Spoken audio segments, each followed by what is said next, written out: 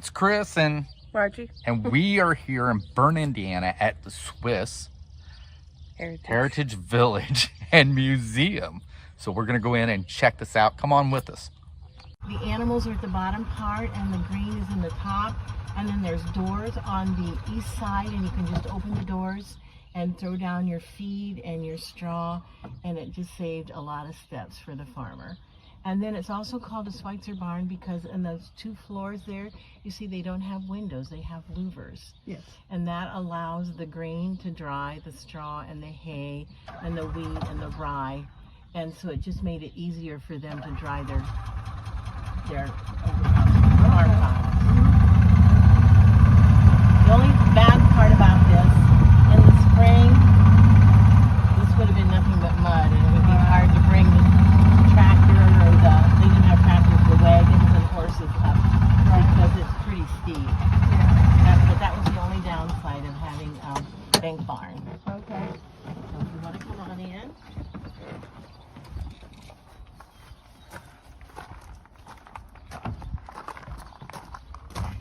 Now this is all original ceiling, all original beams. You can see they're hand hewn. It's all original floor. Those are the doors that you would open to throw out your food for your cattle and your pigs, and they would be down below. So it just made it a lot easier. Usually they would store like hay on one side and wheat and rye on the other. And then there would have been a floor up there, and they would have stored straw and things like that up there. Okay. That's why you have steps here. So now we actually use it for weddings. These are not original lights, and they use those for weddings. Okay. And it makes a beautiful setting for a wedding. Now, do you have any questions? I don't have any so far.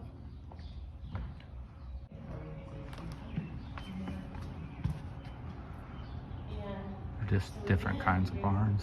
No, this one is actually the owners of the barn. They moved it. Oh, okay. Moving off the original site.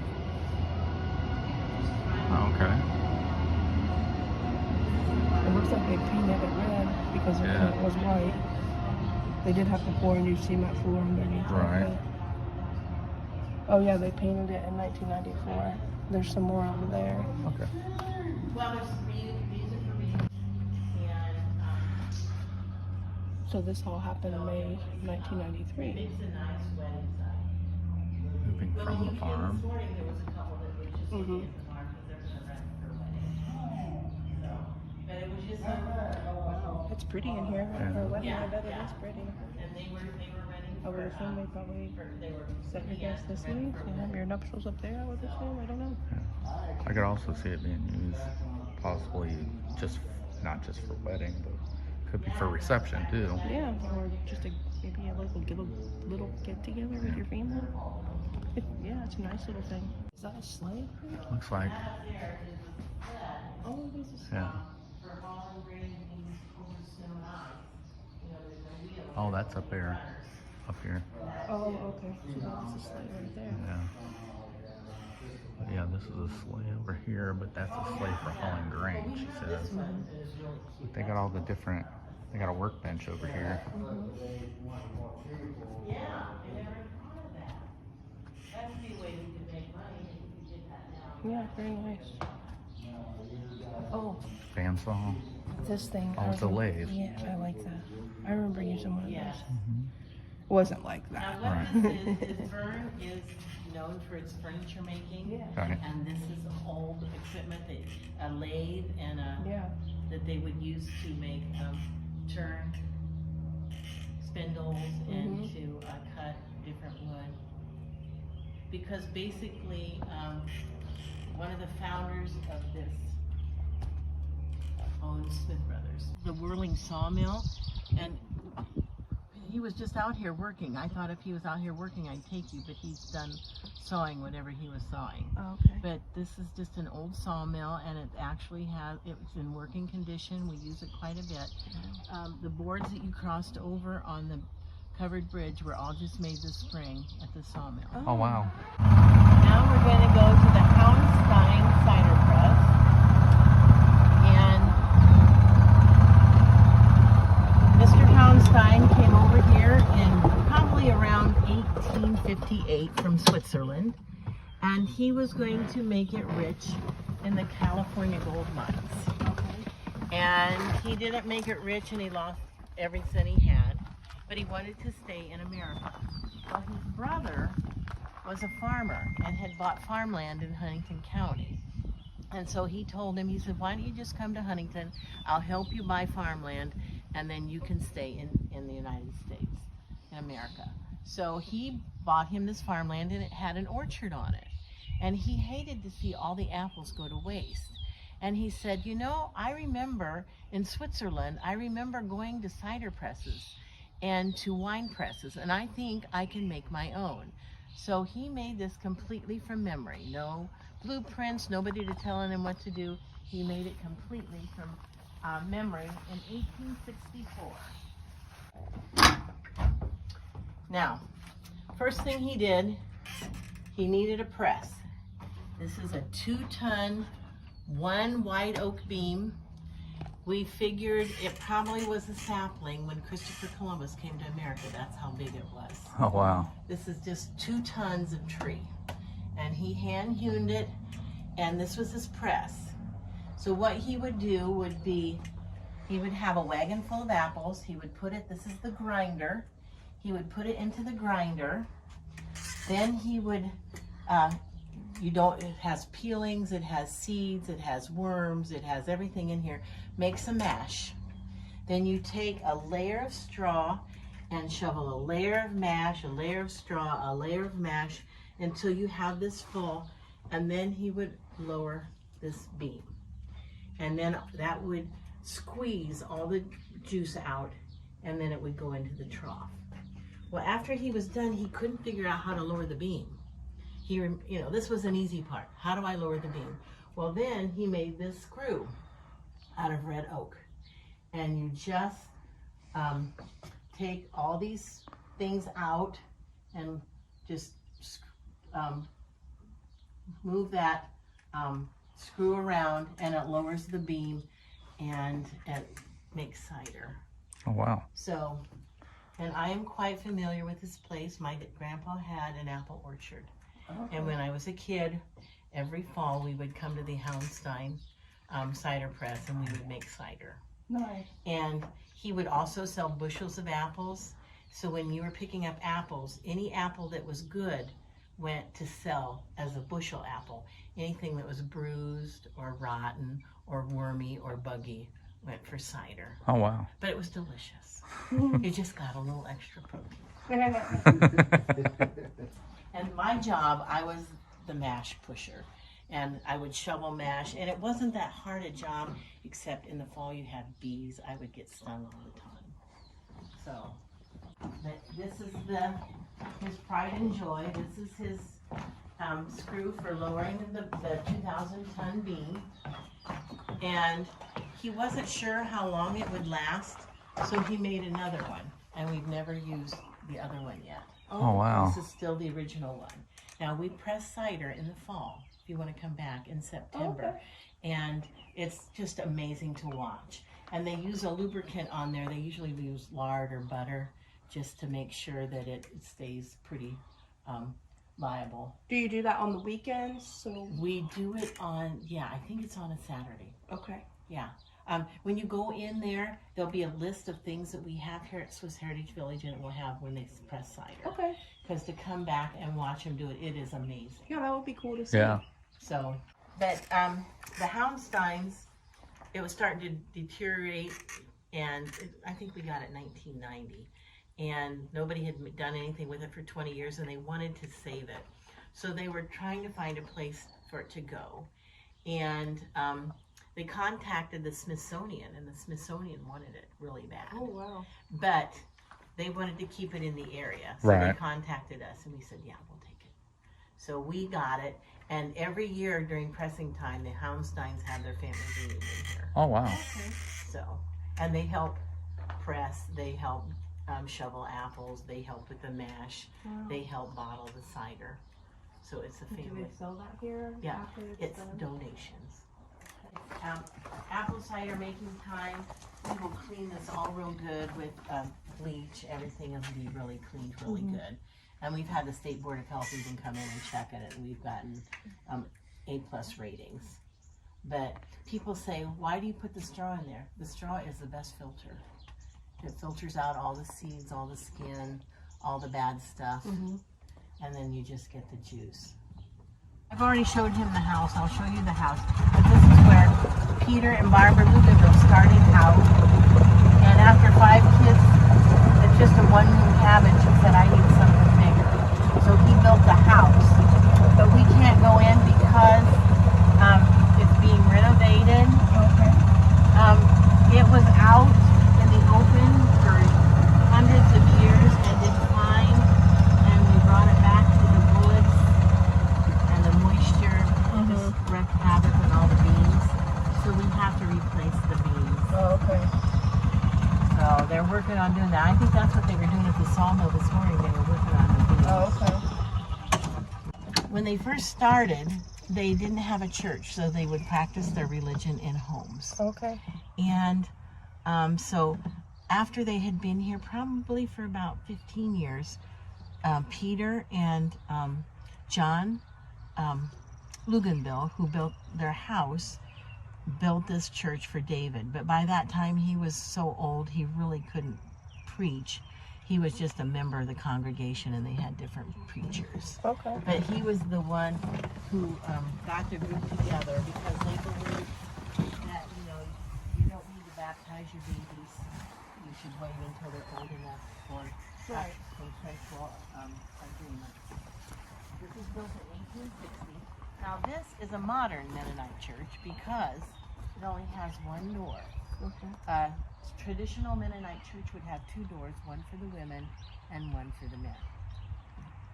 Now once you enter the church, this would be where the men would hang their coats and their hats, and this is where they would gather, and then this is where the women would have their coats and their hats, and this is where they would gather. And this was also called the weeping room. This is where they would bring their babies when they were crying. Okay. Because a lot of times families, some of them lived 5 to 7 miles away, and sometimes because there were no roads, they couldn't even take their horse and buggy or their horse and cart, and they had to walk. So can you imagine a family of 10 walking 7 miles to church? So once they had got to church, it was an all-day thing. They would have church in the morning, then they would eat lunch, then they would have a service in the afternoon, and then they would do a social time, and then they would have supper. And they had to make sure they left early enough so that they got home before dark, because there was no lighting or anything. So this is also a modern church, is the church uptown, the Mennonite church uptown, sat in benches like this with no backs. David Baumgartner, these are the original, this is the original blueprint of a church bench, and they all had backs just to make it comfortable because they were here all day long.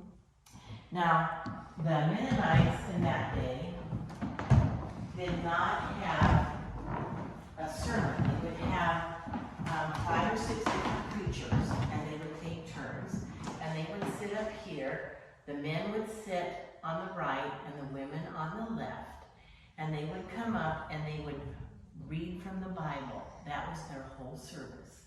If that was good enough for Jesus Christ and the apostles to read from the Bible, that was good enough for them. They never ever said anything about sins of different people or sins of the world. It was all 100% from the Bible. And it had to be read in German, even after they had been here for a while. And everybody knew English. All their services would have been in German. And I always thought there was a Swiss language and a German language. There's not. Basically, Swiss is High German. The Amish around here speak a Low German. And even though that we have that organ back there, probably when this church was built, they didn't have any piano or organ. And what they would do because they wanted everybody to participate instead of singing, even though they knew the words because they sang them in Europe, they would do more of a chant like, Amazing Grace, how sweet the sound. And that's kind of, that way everybody could, you know, participate. Now this here is the jail. Oh, wow. And people wonder, why is it in the open?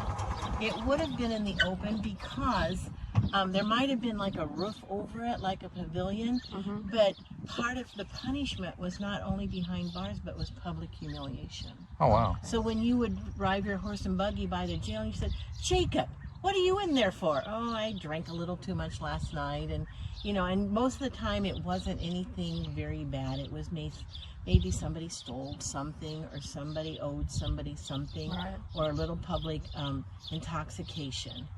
But anything worse than that, they went to a prison in a bigger city. But locally, they would do that, and it's just for public humiliation. Okay. And when we first got this, you could open it up and go in, and the kids, we have an education day where we have 1,500 fourth graders, and they loved it. Well, we didn't think about it, but it's very heavy, and it sank into the... Oh, wow. And so now we can't open the doors because... It sank down. One of our things in the future is to lift that up and put it on concrete. Okay. But it was really neat when you could go in and actually be in jail. Right. This is Peter Sprunger, and he was a farmer, and he was very content to be a farmer until his wife died during the birth of their 5th child. And he felt so bad that there wasn't anything he could do to help her. He just felt useless. So he ordered medical books from catalogs. And he would read them and read them and read them until he became very knowledgeable. Well, then his neighbors knew he was knowledgeable, so if they had an ache or a pain or they needed help, they would come to Peter. And so then they said, Peter, why don't you open your own doctor's office? So he opened a doctor's office behind his house and became a doctor. Never went to school, learned everything he could from books.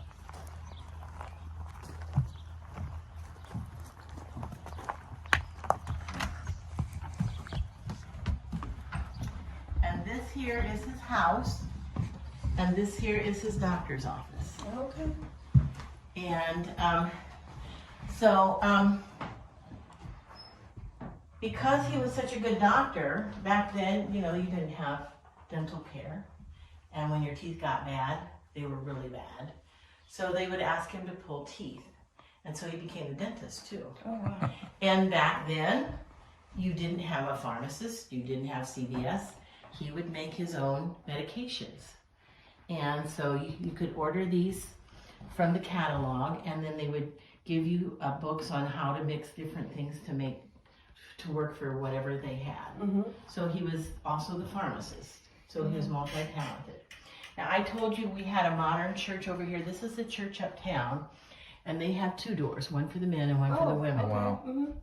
And Peter, his first wife was Katerina, and he had 5 children. And then he married Katerina too, and they had 10. Oh, my. So he had 15 children.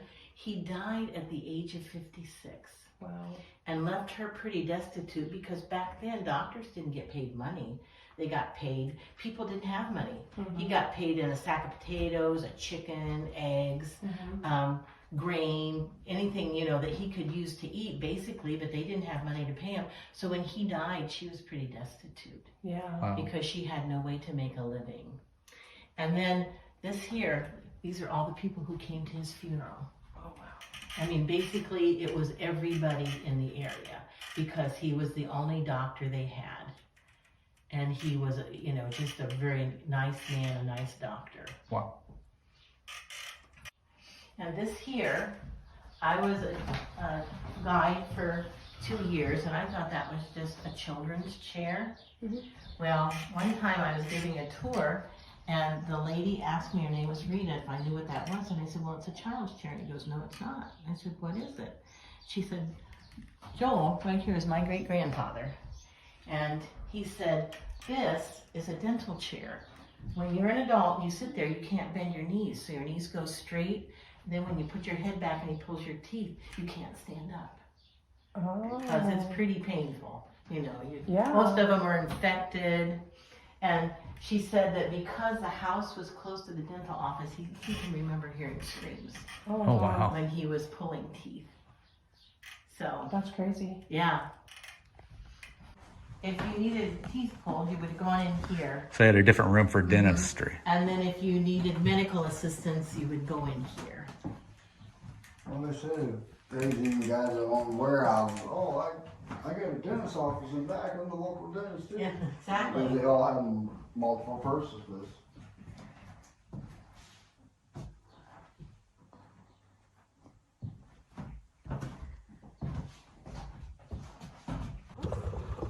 It was built in 1881, and it's called the Yeager Schoolhouse because the state of Indiana said every schoolhouse should be built on an acre of land and it should be made of brick.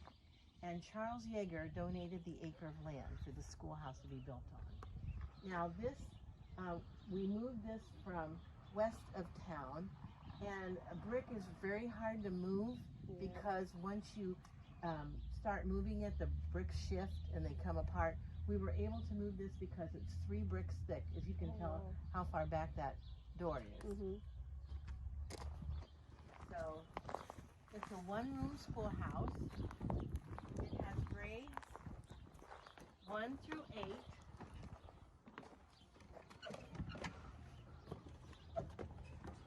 With 1 teacher. Oh, wow. Now, when school would start, the 1st of September, usually the smaller children would come, but the boys and the older girls would be home helping mom can and dry things to get ready for winter, and the boys would still be out in the field doing the farming. So they would start in September, but the younger kids would come first. Sometimes the older kids wouldn't even come till after Thanksgiving. Oh, wow. So what they would do is they would have the kids would come in early. They would all play outside. They would have a pump out there. They would bring in water for everybody to have something to drink. And then when there was like 1 minute to go, I'm gonna ring the bell. The teacher would ring the bell. This is the original bell. Oh, wow. And I have a good sound.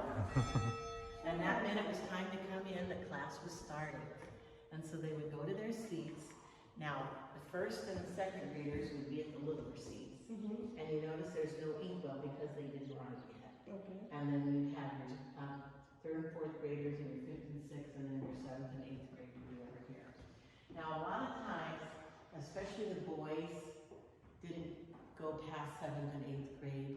As soon as they learned everything they needed to do to be farmers, as soon as they learned how to read a contract and make a contract, how they could figure out acreages on their crops and seeds and different fertilizers and how to make money and keep a book, then they would usually quit because that's why they were here, to learn how to be a good farmer and how to take care of their farm. So once they felt they had enough, then they would just stay home and farm. They got the dunce cap up there. Yes. This would be the 1-room school, and the teacher would be up here. And it's on a raised platform, and that allows the teacher to get a better view of all the students. Now, it would be really hard to teach everybody at the same time. So what she would do is say she would start out with the 1st and 2nd graders and get them started, and then the 7th and 8th grade girls would go over and help. And then she would work with the 3rd and 4th graders, and some of the boys would go over and help. So it was like a community where they would just help each other. And then once they got going, then she would work on teaching the older kids theirs, because it was just too hard to teach everybody at the same time. Now, this is a raised platform, and it made it really nice because they could use it for plays, they could use it for concerts, for choir, for different things they had. And one of the best things they had, the most attended, every spring they would have a spelling bee. That was the big thing of the year. And grandma and grandpa, mom and dad, all the aunts and uncles would sit here, and all the kids would come up here. because that was an important part to them, the spelling bee. Now, she would stand up here and she would say, now, I told you to study the states of the United States. What was the first state? I'm not sure. Well, okay, come up here right now. You were supposed to study that and you didn't. So she would have him stand up here. Public humiliation was a form of punishment. And the first state is Delaware. And if you would have read your lesson, you would have known. Can you put it on time? Keep it on time. That Delaware would have been the #1 state. And so then they would be totally embarrassed. And so the next time they had to do their homework, they would think twice about not doing it in case the teacher called them. Right. Now, sometimes the Dunce cat would work with the bigger boys. So we have the old hickory stick. Oh no. Oh no. So she would use a hickory stick on the older boys, but some of them, they would get it worse at home Yeah. than they got it at school. Right. So she would try humiliation with them, and she would say, "You want to take your hat off?" She would say, "If you're going to act like a little girl, I'm going to treat you like a little girl, and you're going to wear this for the rest of the afternoon." And that would totally embarrass them, and usually they would straighten out. Right. Now, like I said, they would pump out there and they would fill this with water. And then when they were thirsty, everybody would drink out of the same one. Now you can see why measles, chicken pox, smallpox spread very quickly in a classroom. Yeah. Because they didn't realize that this is how it was spread. Right. So then the state of Indiana said every schoolhouse should have a picture of George Washington and Abraham Lincoln, and they should display prominently the flag of the United States of America. Now, this flag has 45 stars. So do you know what states are missing? Would that be? I think Alaska might be one. Yeah. Alaska, Yeah. I'm not sure. Arizona, Arizona, New Mexico. New Mexico, and the 50th state. I thought Hawaii was the 50th. Hawaii. Yeah. Right, those make sense. Yeah. But the other state, because it was a reservation and the territory was Oklahoma. Oh, okay. The Trail of Tears, we took Yeah. all the Native Americans from east of the Mississippi and took them all to live in Oklahoma. And then after they discovered oil in Oklahoma, they took them out to Arizona and New Mexico. So that's part of our history's bad part, the way we treated the American Indians. Yeah. So, then every morning they would say, "I pledge to the allegiance." It's a little different now, because we say, "I pledge allegiance to my flag." It would be, "I pledge allegiance to the flag of the United States of America and to the republic for which it stands, one nation." We added, "under God, indivisible, with liberty and justice for all." So I think they added the United States of America because we were getting pretty big. So they wanted to include everybody. Right. So Peter and John, the Peter Luganville house. It was built by Peter Luganville and his brother John for Peter's wife Barbara, because she didn't want to live in that log cabin anymore. And it was built in 1857.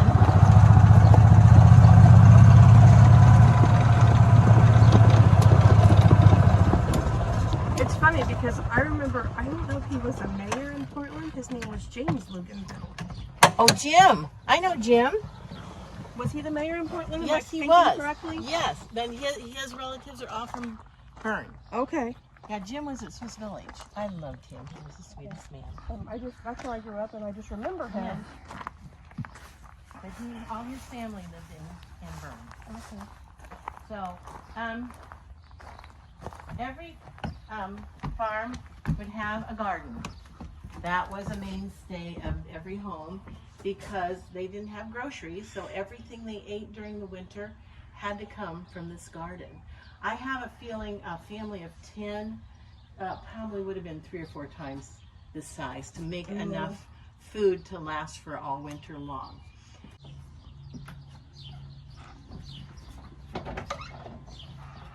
Now this is the kitchen. You want to come on in here? You notice how cool it is in here? No air conditioning. This is just the house itself. Peter and John, even though they were from, trees everywhere. When they came over here, they started out in the Hanneman and came to New York. And then from New York, they brought their horse and buggies and their cows to Wayne County, Ohio. And then from Wayne County, Ohio, they came to the Wabash Valley because the land was $1.25 an acre. And you can't beat that, but nobody told them it was nothing but trees and swampland.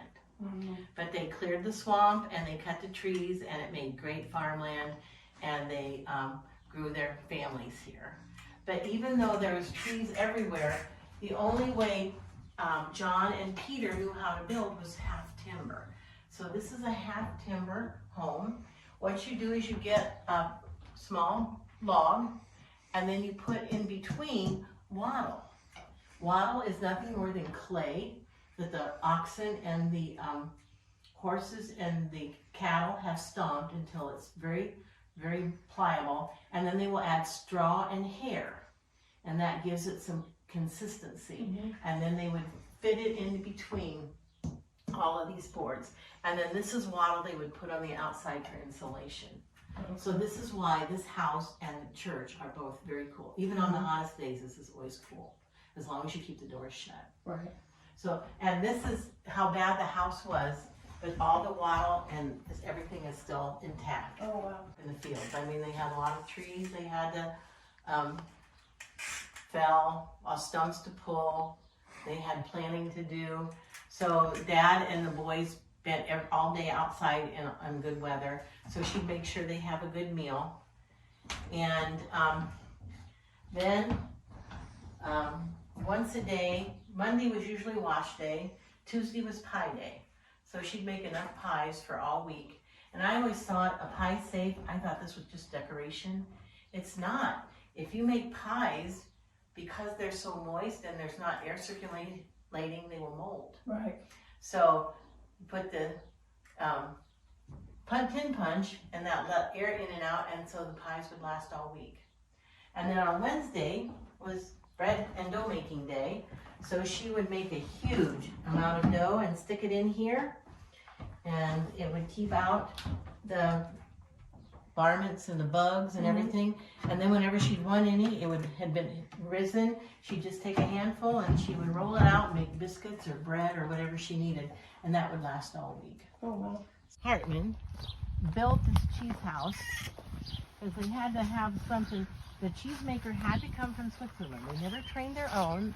Whenever they got one who left, they always advertised for a new one out of Switzerland. They never trained their own. So they had a building ready for them so that they know that, you know, when they came over, there would be a place for them to make cheese.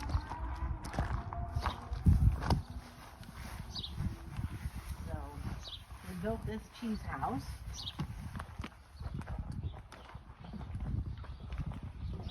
And the cheesemaker, like the schoolmarm, could not be married. Once he was married, he lost his job. Really? But most of the time when they came over here, they had the idea that they wanted to buy farmland and become farmers. So once they made enough money that they could buy farmland and they found a girl to marry, then they would get married and become farmers. And what they would have to do would be to advertise for another cheesemaker in Switzerland. So one time in Berne, Switzerland, there was a young man named Jacob Keller, and he was a cheesemaker, and he saw the ad, and he wanted to come to America, but you had to pay your own way over. You had to pay your own passage. And he didn't have any money, but he was in his uncle's will. So he killed his uncle. Oh my gosh. And inherited the money and came over here and became our cheesemaker. And after he was here for a while, he met a young lady, and they joined the Baumgartner Church, and he realized what he did was an egregious sin. So he went to the minister. He said, "What do I do? This is I killed my uncle, and I am so sorry." And he said, first of all, you have to ask God for forgiveness. And then I want you to write a letter to the Berne, Switzerland government and tell them what you did. And if they want you to go over there and pay the punishment, that's what you need to do. So he wrote a letter to the Swiss government and said, I killed my uncle. I wanted the money. I knew I was in his will. And they wrote back and said, if God has forgiven you, so have we. So he got to stay here. And there's lots of killers now in Berne that are descendants of Jacob because he saw the error in his ways. But what they would do was it takes 10 pounds of milk to make 1 pound of cheese. So he would start a fire and he would, about 93 degrees. If it's too hot, it scalds. If it's too cold, it won't curdle. Once it gets to be 93 degrees, he adds a culture, something like applesauce or apple butter, and then he adds rennet, a thickening, which is inside of a cast stone. Okay. And that's what they use to thicken the cheese. And he would stir it, and then once it got to be like meringue or like whipped cream, he would take this thing, it looks like a whisk, but it's called a harp,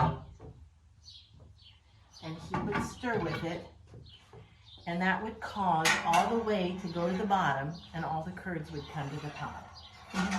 And so then once he was done with that,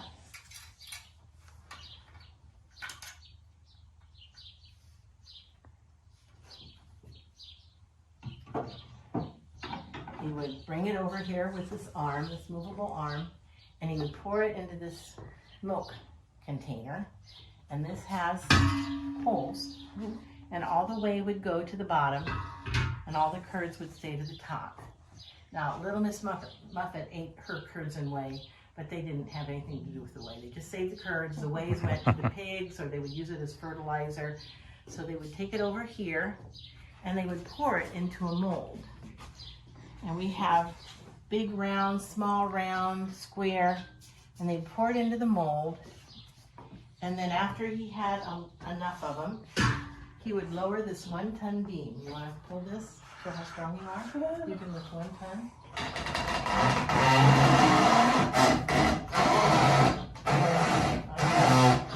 That's it, yeah. And that would come down in all these forms, and it would cause all the whey and all the moisture to come out, and then you would just have cheese curds or cheese. So then when he had it all done and he had it dry like he wanted, he would take it over to this table and he would cover all sides with salt. That would keep it from molding. And he would do that for about 48 hours, just keep putting salt on it. And then when it was like he wanted it, he would store it out. That would be in his storage room, right out there on the porch. And then usually at the end of the week, he would have enough to take to Fort Wayne to sell. Oh, wow. And usually he would separate the cream from the milk, and that way he could make butter. A lot of times he would make butter and give to the farmers. A lot of times they would either take cheese in payment of the milk that they gave, or they would get a percentage of the profits when he took it to Fort Wayne. Okay. Oh, wow. So that was, it was a community. The whole community used him, and they all got profit from it. Now we actually have 2 great-great-great-grandsons of Adam Hartman come here and make cheese. Oh. They come at Swiss Days, and they come for the kids on Education Day. And this is what they use. And the Swiss made Swiss cheese, farmer's cheese, and Munster, because those are 3 of the cheeses that do not need to be cured very long. Have you ever had curds? Yes. Okay, that's what farmer cheese is. Real squeaky cheese. It's real slickery, and that's what he made a lot of cheese like that because it didn't have to age. Right. So that's going to do it for the Swiss Heritage Village. So our next video will be over the museum. But thank you all for staying with us, and I hope you come back for the next video. We'll see you later. Bye.